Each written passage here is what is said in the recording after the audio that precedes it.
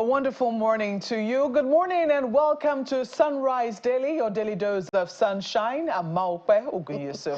Good morning and welcome. It's a lovely Monday morning. I'm Kayla Megwa, and the weather in Abuja, we hear it's about to get better.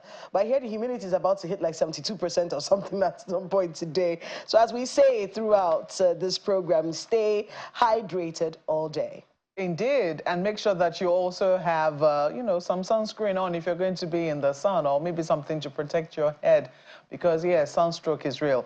But, hey, where we're taking you to this morning, and we usually take you somewhere, this morning we're taking you all the way to Nasarawa State, where this beautiful piece of infrastructure has been built. So if you have, for any reason, to journey between Abuja and Lafia, for instance, you're going to be coming across this new toll point, this new toll gate, where you'll have to pay some money, but hey, it's smooth sailing all through. So what would you rather have? Would you rather have,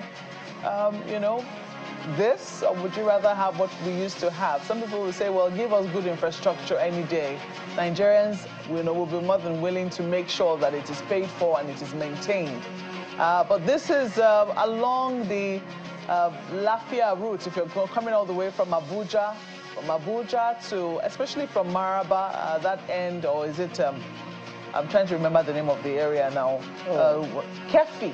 Yes.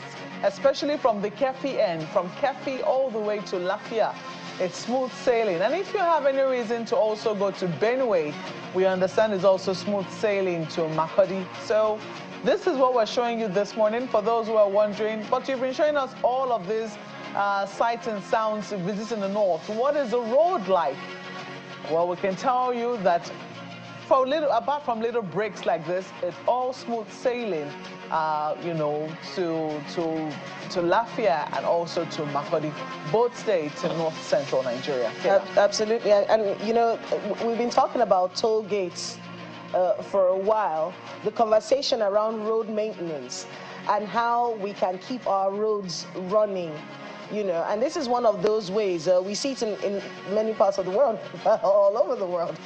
Tolling of highways is a way to keep the roads running, to keep it maintained, make sure that there's order, and then it's also a feedback mechanism, because if you are paying, and I hear that each of the toll gates from here all the way to Benue, I hear that you pay 900 per toll gate.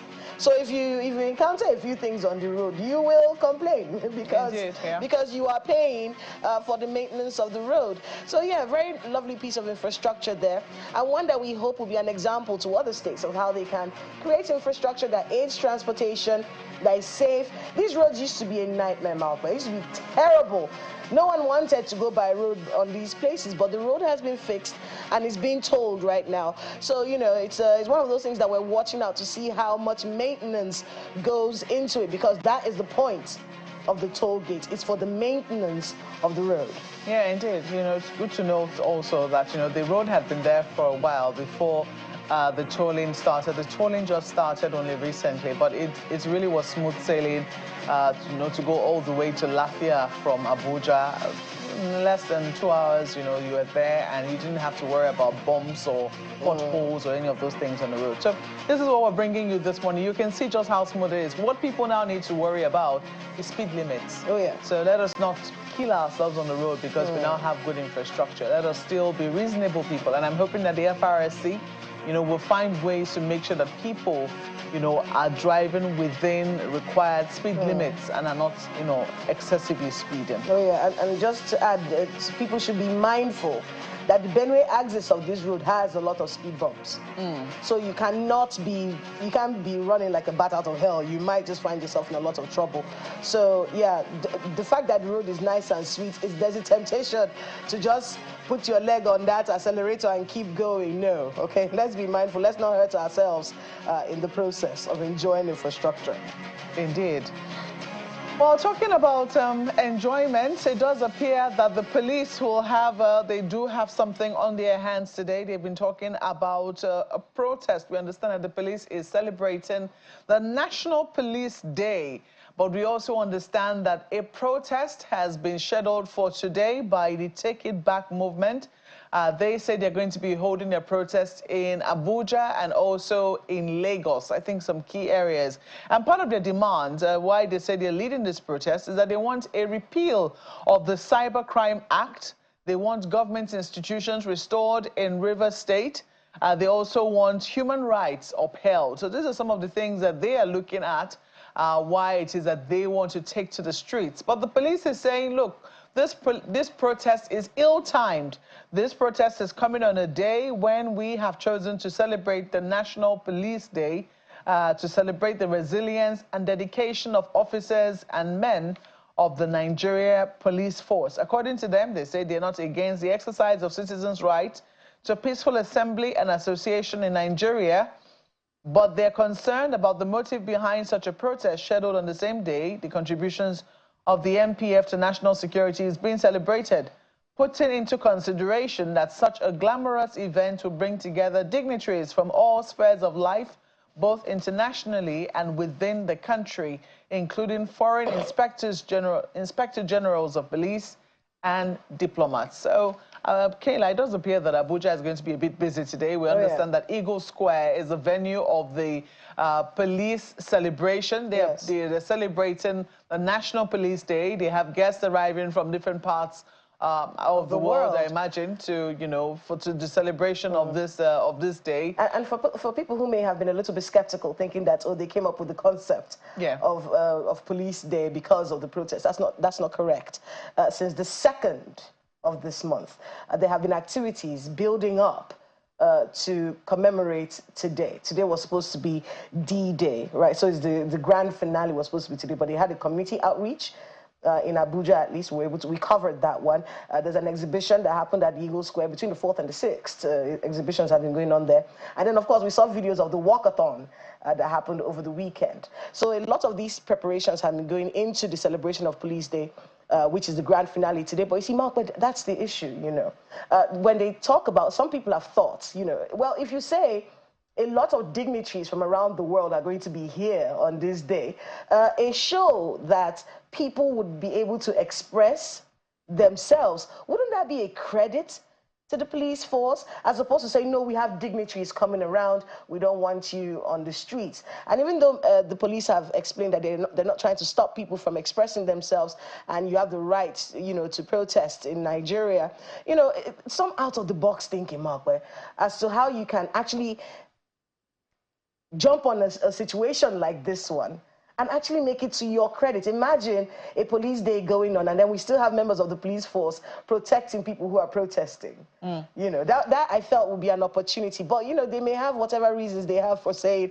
they don't want people to protest on this particular day. But I feel like it's an opportunity that could have been used by the police. I hope that the police is not telling us that because they're celebrating, they're going to be off duty. I hope that's what they're saying, because I can tell you that the criminals are not going to be off duty. So, by all means, I mean, we still need the police at least some of them will be at their duty posts, while it is that a representative number of them will be at the Eagle Square celebrating. And maybe there'll be other ways, to appreciate other officers who have to be on duty on these days, because it just so happens there's some duties that are so essential that everybody cannot be off at the same time, regardless of whether or not they're celebrating. So I hope that they listen to the ideas that you have in terms of showcasing their stuff. But if the protest is holding, we're going to be visiting the designated areas where some of these protests are supposed to be holding in Lagos and also in Abuja in the course of this program, and also be talking to people who have stepped forward as the organizers. So one of the good things about this protest is that it has faces to it, people whom you can identify and say, these ones are the ones leading the protest. So some of those leaders, we hope to be speaking with them in the course of this program.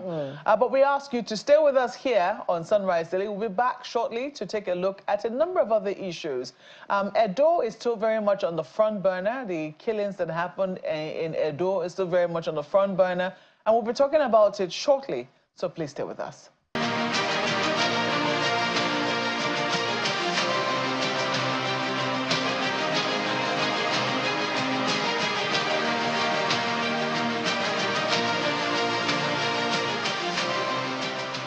I got the information in the night. At 4 a.m., I had already set to travel to Uromi. I couldn't wait to board an aircraft. because I needed to be there on time. Your Excellency, I got there, I met my house brothers. When I got there, it was a different ball game. They all dropped their anger. The next thing that will be saying is 4+4. So that is the level of love they have for me and I have for them. Mr. President wasn't happy at all. He didn't waste time. He made no mistake to direct the service chiefs, the Inspector General of Police, to go after the killers of these people. Your Excellency, I can assure you that justice will prevail.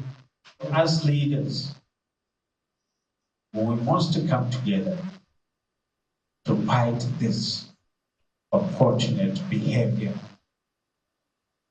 of some Nigerians.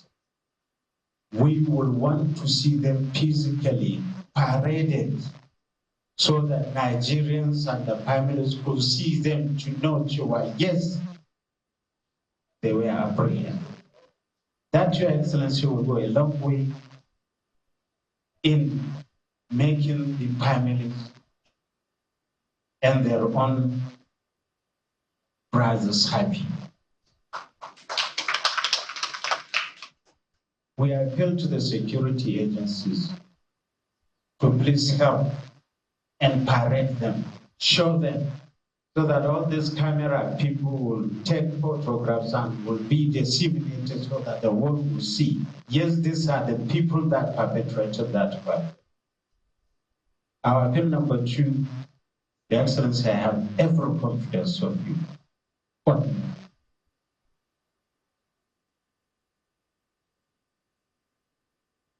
Well, that was the Edo State Governor, Monday Okwebolo, when he visited his counterpart in Kano State, Governor Abba Yusuf of Kano State, to pay him condolences visit and also to assure him that justice will prevail. The question is, what is the color of justice in this situation?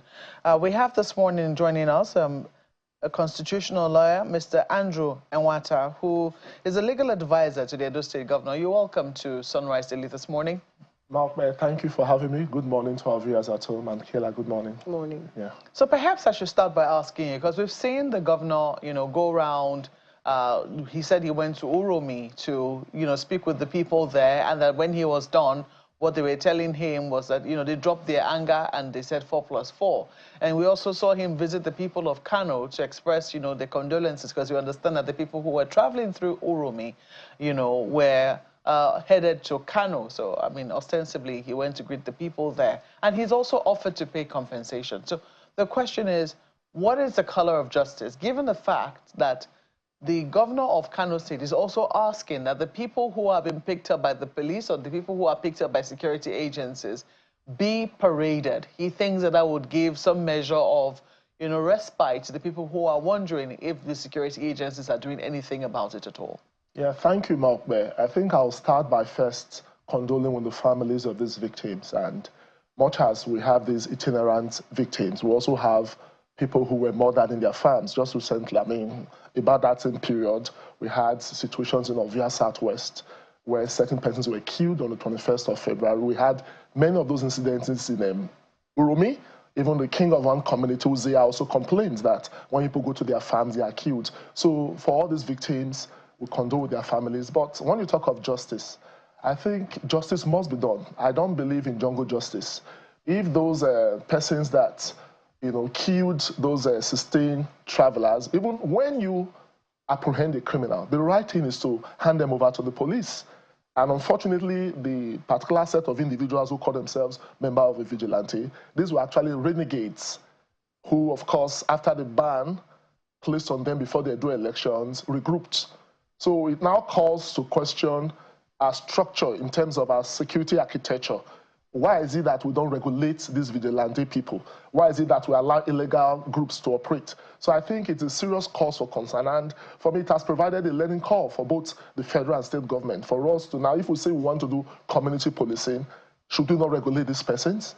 Who are they answerable to? So there are too many questions begging for answers. But I must also commend the Edo State governor because he went into action immediately. You know, he said he got the news 4 a.m., went to Uromi, the scene of that incident, calmed, freed nerves, traveled to Kano, saw the government of Kano, the governor particularly, went to see the families of these persons who were killed, and the talk of compensation, because that's the only way you can reduce freed nerves. That's the only way you can avoid the reprisal, because those steps taken by the Edo State government shows that this is not something, it's an unfortunate incident that has befallen us, but we have to deal with it in a manner that will not have reprisal attacks. And if you notice, so far no reprisal attacks. But I don't think I agree with the governor of Kano that you should parade these persons, right? It's for justice to be done, because Section 36, sub 5 of our Constitution says anybody accused of a criminal offense is presumed innocent. Because the moment you parade somebody, the impression is that this man is a murderer. Much as the victims were not given the opportunity, because these were persons that you cannot say if they were killer headsmen, the mere fact that you saw guns on them. So it calls to question our security architecture and the need to regulate the activities of vigilante groups. But, it's a question of trust, because when, the governor says they should be paraded, some people will say it also borders on the trust that even government officials recognize that people do not have in government these days. It is because of a lack of trust that people take laws into their own hands. So, for instance, in Uromi, the people whom have also gone through a lot in the hands of, herdsmen and, people who clearly, it's not clear if they're herdsmen, because we're wondering if they're herdsmen, shouldn't they be looking after their cattle? Why are they using their own activities to disturb other people? But they've also gone through quite a bit in the hands of these people. And then as a result of that, there was a profiling of people who were itinerant and just going through their community. So it's a lack of trust on almost every corner. Do you think that this will bring back the embodiment of trust to say, indeed, government is on this one? There's no attempt here to try and sweep this under the carpet. And I think it goes to the issue of lack of collaboration. I mean, an incident of that kind happened. The police was not involved. In the entire stretch, we don't have any military formation. We have too many security agencies. But I think it's because they operate in silos. And remember that the driver of that particular truck that was involved in the incident was apprehended, was taken to the police. So how come not even a security personnel, conventional security personnel, was on ground? So that was what created the fertile ground for that mob justice. And if you ask me, I think there's need for us to now have what I'll call a security confab. To ask, how do we now want to operate policing at the grassroots level? How do we now operate community policing, whether we call it vigilante? Because remember, hunters see themselves too as vigilante. So the question is, this itinerant hunters, how come they didn't find games in the north? They said they were coming from Port Harcourt, going to Kano. So I think there are issues that we need to look at. Do we regulate hunters that move with firearms? It may not be a good time for us to discuss these issues because we are mourning the lives of those people that are lost. But how do we now stem the tide? Because there's bound to be a recurrence. Day in, day out, we find scores of persons killed in their farmlands. Even in Uromi, for a very long time, they've not been able to attend to their, because most of these communities are agrarian. Let's talk a little bit about some of the points that you just raised now. One of them is the idea of people traveling with firearms, regardless of their profession, hunters or, traveling with firearms, and the impact that has, especially, like, we've seen that happen now. Many people have argued that if they were not carrying firearms on them, this vigilante action wouldn't have happened. So I want to be able to speak to that situation of traveling with firearms. Also, the regulation of these vigilante groups, because you mentioned it earlier. What's the situation? You said this particular vigilante group was banned or shelved or something, and then they came back. So what's the story around the regulation of this particular vigilante group at this moment? Okay, thank you. I think I will just do something like a historical, background to what's, we now call the Edo Security Network. Under the Obaseki regime, he had what he called, I think his own was what was known as EWSN, the Edo Security Network. And close to the election, they were deeply involved in the politics of the state. Remember, there was this attack, on the governor's convoy where his orderly was killed. And, preliminary investigation showed that some of these persons who were members of that vigilante were responsible for it. That was what now led the IG then to ban that body. Okay. And of course, when this new government came, there was need to, because we had court wars, and even what gave rise to this new Edo Security Corps was the need not to just leave this thing in the hands of the police alone. And apart from the fact that the police is understaffed, you cannot take away the issue of community policing. But talking about regulation, the idea is that how do you now identify who is a vigilante? Because anybody can just go and get uniforms. Who regulates their activities. And that is why I think there's need for us to have a security confab whereby we now ask ourselves, because we talk of the civil defense. Remember, the Nigerian Security and Civil Defense Corps started like this. There were private individuals. Security confab in Edo State. I mean, a national one, because it's a national problem. Okay. In Plateau recently, you heard of the killing. So it's not just an Edo State thing.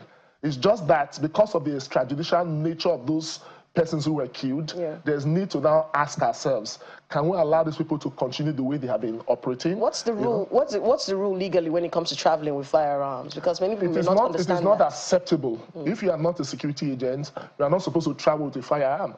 What is not a guarantee that you are not a criminal? Because first and foremost, it is only the police, the DSS, and certain security agencies, by virtue of the law enabling them to operate, that gives them that power to hold firearms. And if you ask them, some of these security bodies that operate as community police, as vigilante, and name them, they are not supposed to even use firearms, if you ask me, because there's this liability to abuse, as we have seen. Liability in the sense that, are they properly trained? Because for you to be a policeman, you must go through a series of training. For you to be a member of the DSS or an official of, say, the customs, you must go through certain training. These people are not trained to, carry firearms. So I think there's need for us to now reorganize our security architecture, particularly at the level of community policing. And again, to add that, you ask yourself this simple question: how do we now identify these persons if we don't have laws regulating them? It is not just for state governments to have their laws.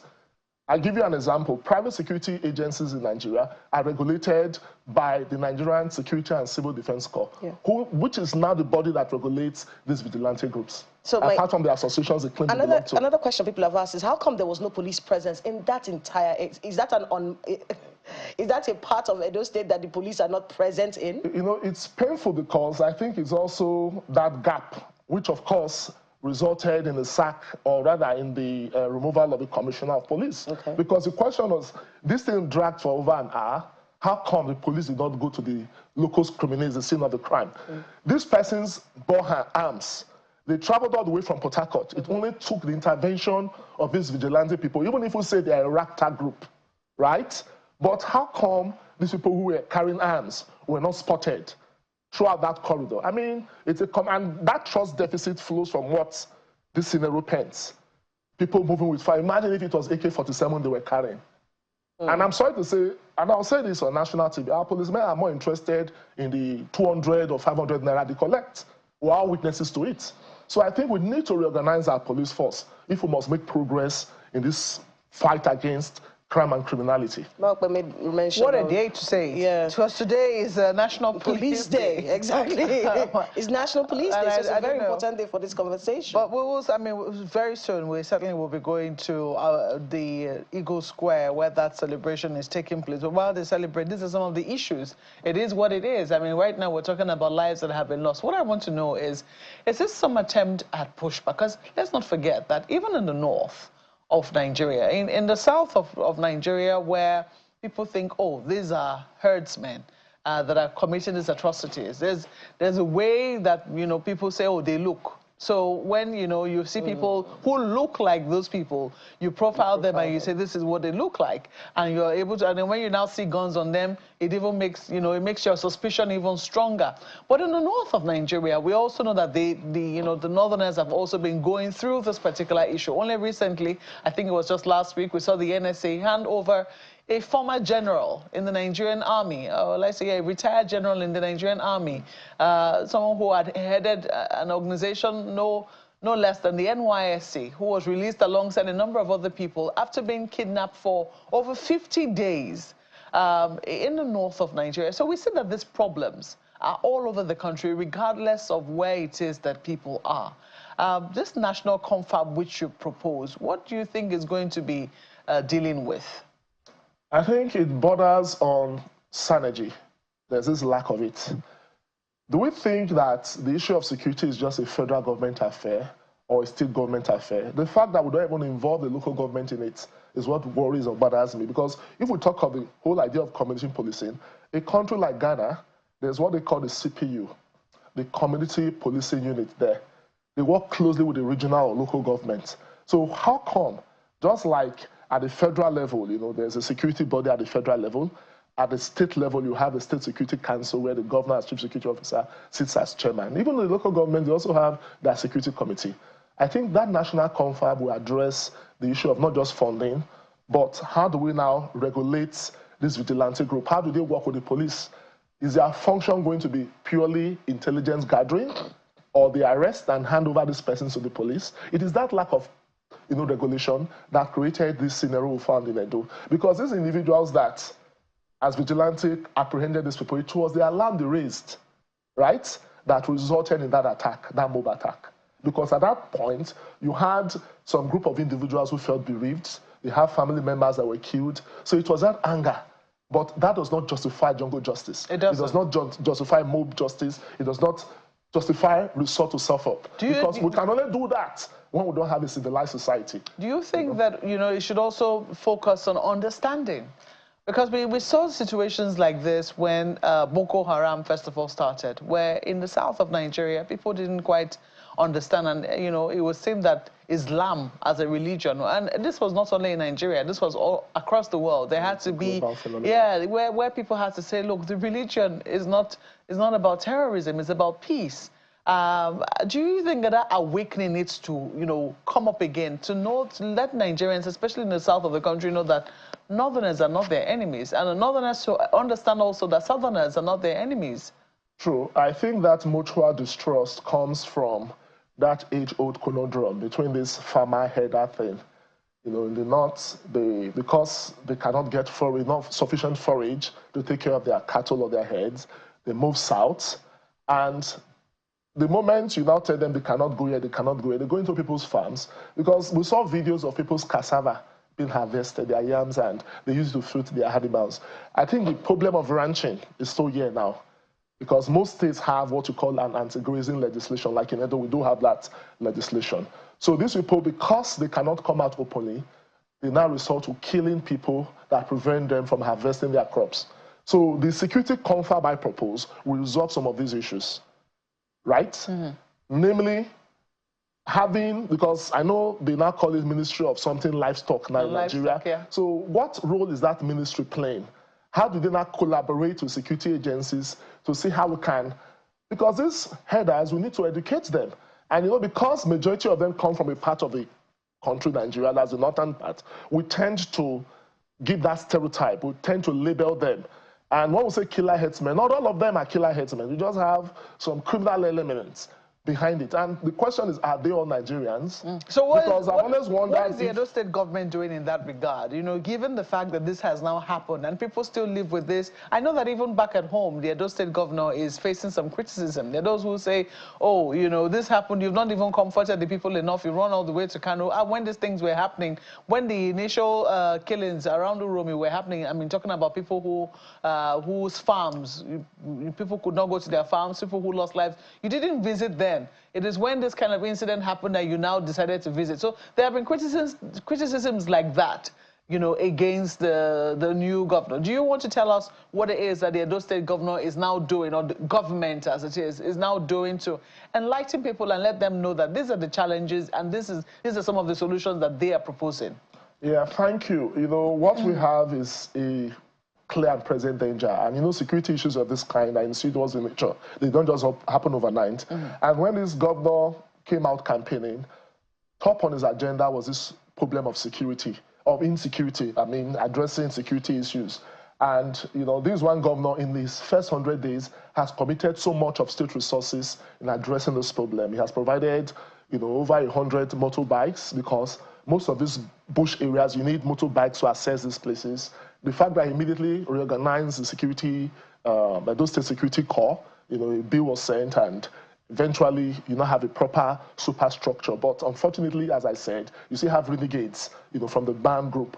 And even more than that, when incidents like this happen, the governor goes to the site immediately. There was one incident, as I mentioned, on the 21st of February, via Southwest, where, scores of farmers were killed, even some buildings were burned down and all of that. The governor was on ground. So the security issue in our state is one that has never happened the way it has happened. So the governor is putting all into it, is giving it his best shot. And in the days ahead, I hear that certain steps will be taken. Security issues are not what you put out on national TV because of the very sensitive nature. But again, I don't think I agree with those that felt the governor would not have. Yes, the people who were victims, of these attacks, the governor had visited them.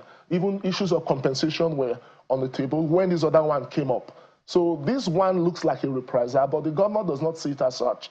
He feels that the people who have been orphaned, who have been widowed, you must talk to them to avoid a reprisal. If not for what the governor did, imagine what would have happened in the north. I mean, we've seen it in the past. You said you don't support the request by the Kano State governor to parade them. No, I'm saying that the law does not allow it. Yes, it's not my personal opinion. So I was going to ask, because you talked about the fact, because I understand sometimes you have to make these sorts of, you have to go and see them because of reprisal killings and things like that, especially in the north. You wouldn't want that to happen.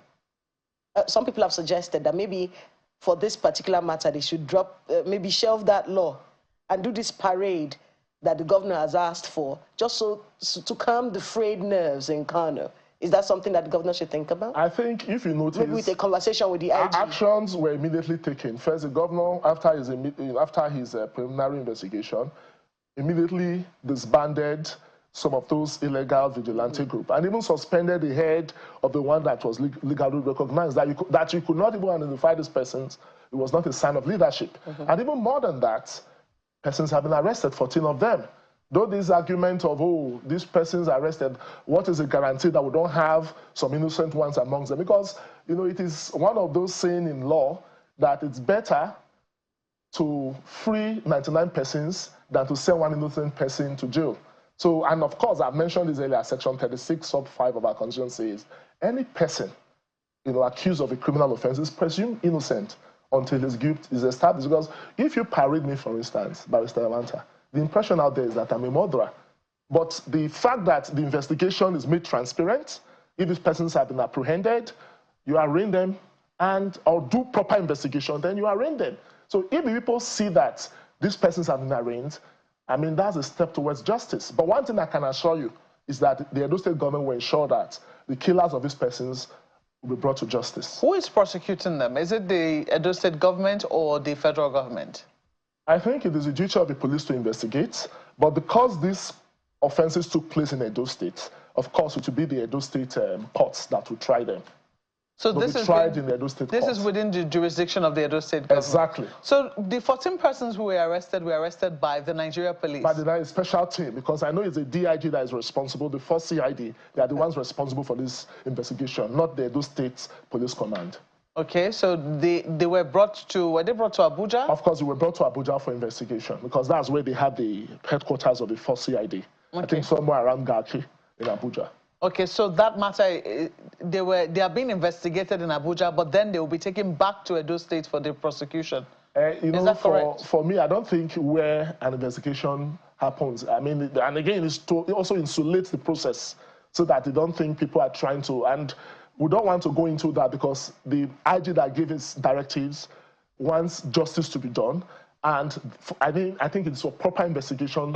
I believe they are doing what they are doing. I'm just trying to understand the process. That's what I'm trying to understand. I want to know, because people are making demands. You heard no less than the governor, saying that the suspects be paraded. This is a request that he's made. I don't know whether he's making it to the Edo State. He said it when the Edo State governor was there. I don't know whether it is within the powers of the Edo State governor to make that happen. But you have said this is not the law. I mean, and even the police, I think, just before this incident happened, the police actually put out a directive prohibiting police officers or police they banned the parade of suspects. Exactly. So we're not sure whether this was going to be an exception to the rule. I'm just trying to understand the process now, given the involvement of the police at the national level, and also knowing that usually murder cases are prosecuted by the state governments in the jurisdiction where they have happened. So I'm just trying to understand what is going to happen in this particular instance. You have a multi-layer. The criminal justice system is not just a one-stop thing. You have the police, the body responsible for arrest, investigation, and even prosecution, right? But for the court that will be involved in this particular trial, it will be depending on the nature, because we are talking of murder. So it will go to the Edo State High Court, and we have a criminal division that will handle. But I assure Nigerians that justice will be done, and it will be seen to be done, ultimately. Okay, we certainly will keep tabs with you on that particular issue. We will be looking to see, just how justice is done, because as the governor did say, he said, as the governor of Edo State, he says justice will prevail. And I think a lot of Nigerians will be looking forward to seeing that. Well, we have to thank you so much for coming on the program this morning. Mr. Andrew Enwata is a constitutional lawyer and also the legal advisor to the governor of Edo State. Thank you once more. Thanks for having me. Well, we'll take a break at this point. When we come back, we'll be going all the way to Anambra State. You're wondering what is happening there? Well, they had their national convention, which also threw up the current governor of the state as the sole candidate. Well, there can only be one candidate, can there? But he was unanimously elected as the candidate for APGA in the forthcoming November elections. In just a moment, please stay with us. Number of yes votes cast. 3,168. And so by virtue of the powers conferred upon me by Article 11, bracket 9 and 13 and 14 of APGA electoral guidelines for Anambra State governorship election 2025, I, Chief Uche Nwebo, the chief returning officer for this governorship primary election, hereby declare Professor Charles Chukwuma Soludo, CFR, as the governorship candidate of APGA in the November 8, 2025 Anambra State governorship election. I so declare. Let's continue with the progressive movement in Anambra. Anambra is rising under the progressive leadership that we have here. And all through the journey so far, 3 years down the line, you've been giving us unprecedented support, commitment, and everybody united. And that's why we've been able to achieve what we have been able to do in the last 3 years. The coming times will still continue to count on your prayers, because only together, we will continue to build this new Anambra of our dream.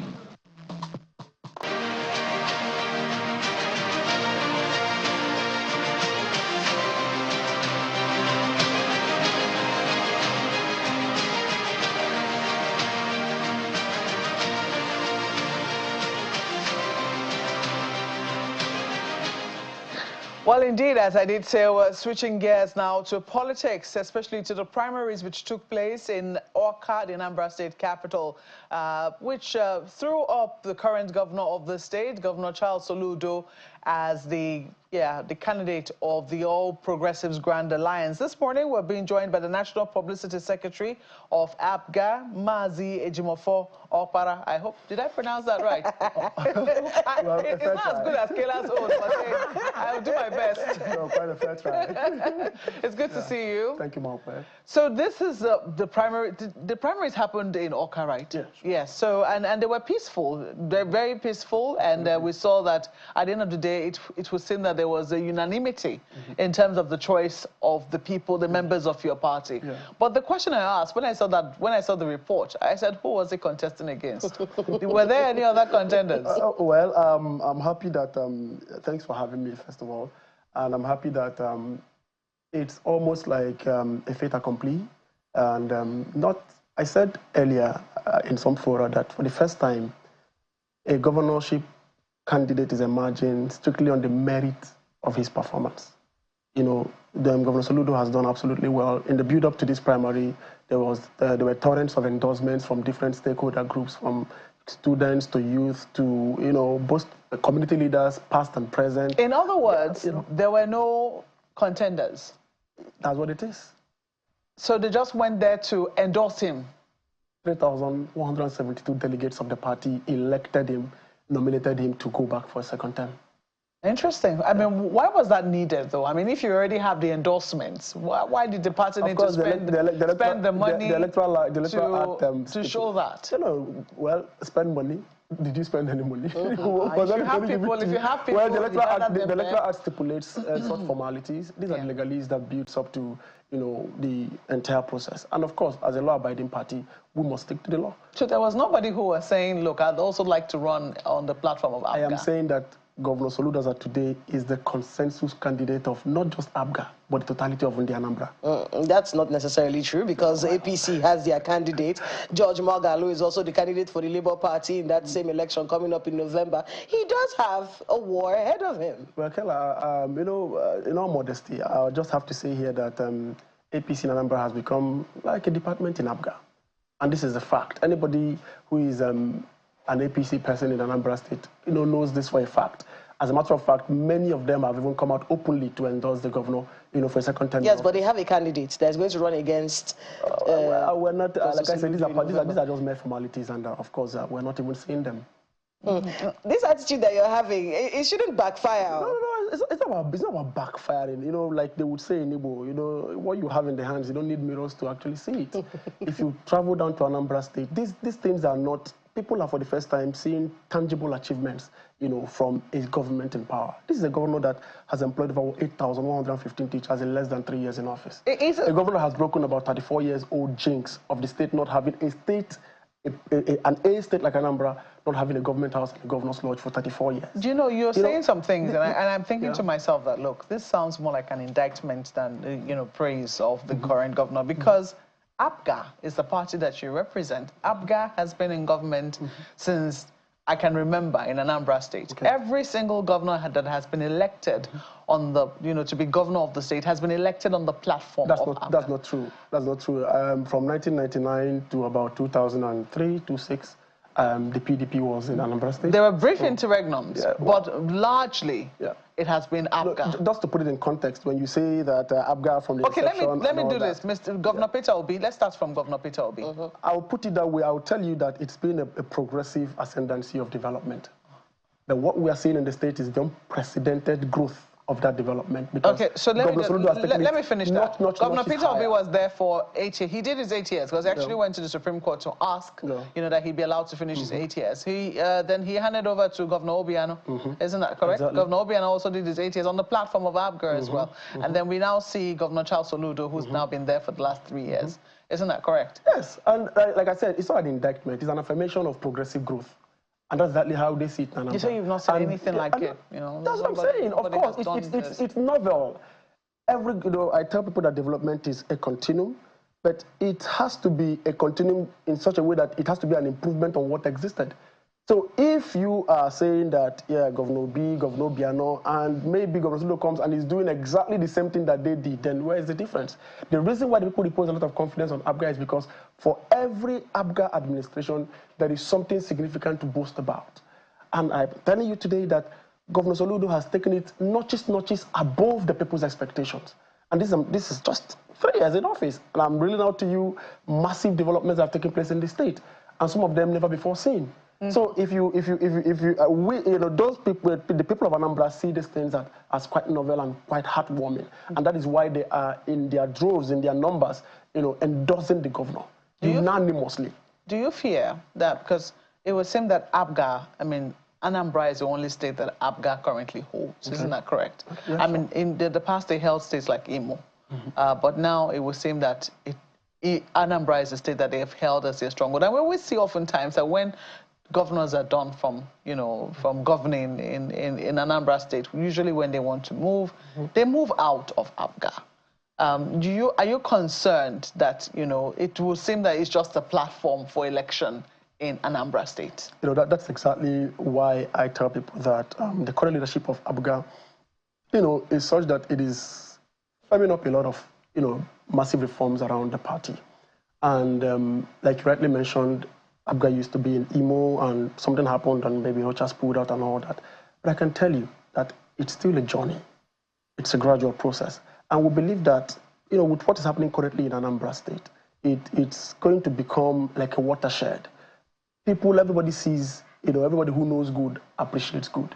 So maybe in the context of the states we control, yes, Anambra, but in the broader term of the politics of the country, APGA is in various other constituencies, and senatorial districts around the country. In Abia, Senator Engineer Baribe is a senator under the platform of APGA. If you go to some constituencies in Benue and Taraba, we have federal House members. If you go to Bayelsa, we have state assembly members who are members of APGA.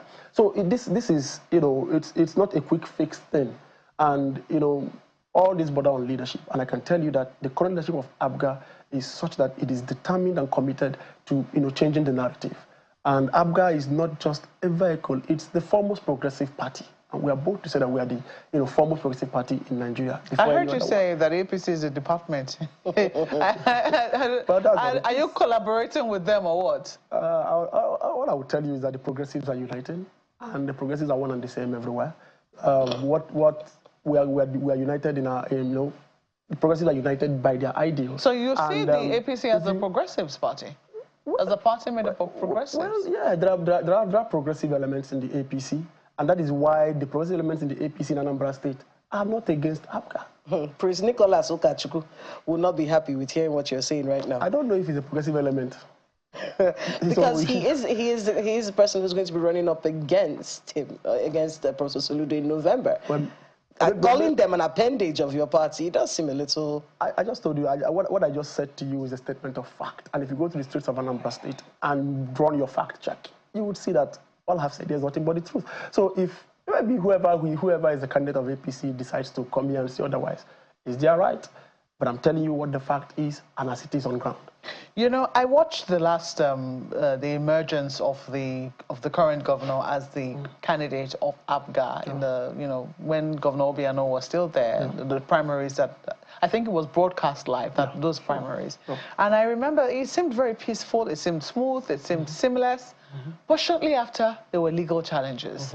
And people were wondering, okay, where did this legal challenge come from? For a process that we all saw on TV and there was no rancor and the leadership was there.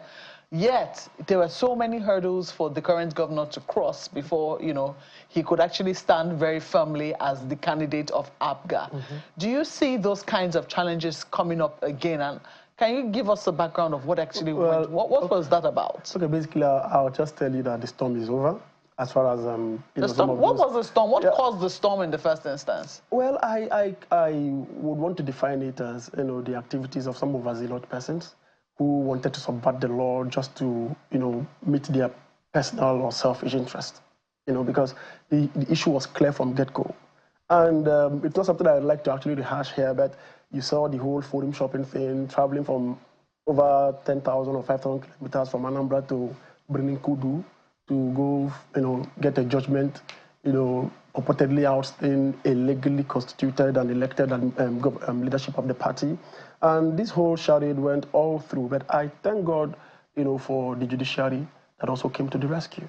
Because last year, November, all the shenanigans around the, legal leadership position of the party was put to a very permanent and, favorable rest, such that today, the leadership of APGA is straight, is firm.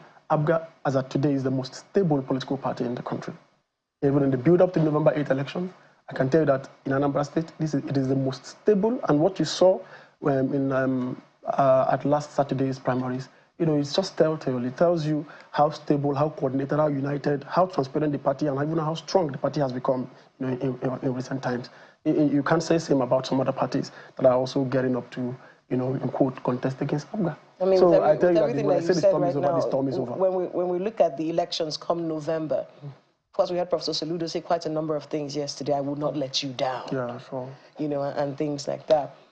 How do you see the process, unfolding? And if he does get the mandate of the people to rule them again for 4 years, what kind of improvements on the leadership that he has already provided that you've been talking to us about? What kind of improvements you think you're going to see when he comes in? Now, this is a government that came prepared. If you look at the manifesto, especially in security. You know that the security thing, the security bit has become more or less like the flagship of what you may define as the the current achievement of the government, because people from other spheres are now coming to copy the Anambra model. So that's almost taken for granted. But I'll tell you that the governor is one man that came prepared to leadership. And if you look at his manifesto, Christian the People's Manifesto, the Soludo Solution, you realize that that is the ADTS, the Africa, Dubai, Taiwan, Silicon Valley, drive that he has set in place to actualize from the Anambra. So what you see today is the foundational steps, laying of the foundations to where the governor wants to take Anambra to. I've read out about the human capital development efforts, the successes in the health sector, the successes in the educational sector. But to ratchet that up, Anambra is going to become the industrial and leisure entertainment destination. You've been telling me about industrial and the economy. And I want to talk about security. You just mentioned that there's the Anambra model that is being copied, is being copied. But what is the Anambra model for security? You recall that sometime in February, the governor signed into law the Anambra Homeland Security law that gave rise to the establishment of Agune Chamber. The Agune Chamber is a community-based policing mechanism that tends to tackle crime at the very root of it, and it has also empowered the locals further to own their communities and take active make active participation in the policing of their community. And this process has become very seamless because now we have an active community policing system that is in very cordial and active collaboration with the former policing structures. And today there is nowhere in Anambra, nowhere in Anambra today that the crime takes place that is not nipped almost immediately. So since the establishment of that security outfit and the signing into law of that act, Anambra has experienced, it has become more or less like the safest state in the country. And that's exactly where we are currently with regards to security. And it can only get better because that's actually pretty clever, there's a lot of improvement. They call their security network Agune Chamber. Who does that? No, as we say, it's pretty clever calling the security network Agune Chamber. I hear that. Oh yeah, the lion. The lion that guides the neighborhood. The community. Interesting. Well, we certainly will keep tabs with you and, of course, an APGA and what is happening in Anambra State, especially as elections will be coming very soon, fast approaching in November. We have to thank you very much for coming on the program. Mazi Ejimofo Okwara, who is the National Publicity Secretary of the All Progressives Grand Alliance. Well, we will be going now to Port Harcourt because we understand that this Take It Back protest is supposed to be happening all over the country. Our correspondent in Lagos is on the ground. We're hoping to get, in the course of the day, yes, you can see what is happening. This is Port Harcourt. These visuals are coming to you from Port Harcourt, the River State capital, and showing you what exactly does appear that members of the Take It Back movement are trying to gather. Perhaps they are having a confrontation. Yeah, a discussion with the police. Yeah, maybe a disagreement of sorts over where they should convene.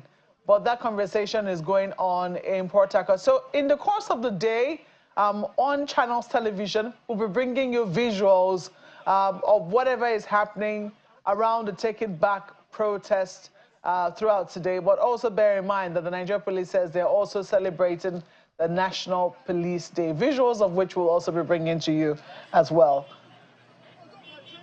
We have to thank you very much for being a part of our program this beautiful Monday morning. We hope you stay hydrated wherever you are, particularly if you're in the northern part of the country. Is hoping to cool down in Abuja today, and who's not looking forward to that? I am, absolutely. All right, thank you for watching. I'm Maokwe Yusuf. And thank you all so much for being with us. Remember, hydrate, be safe, and we'll see you soon. I'm Kayla Magwa.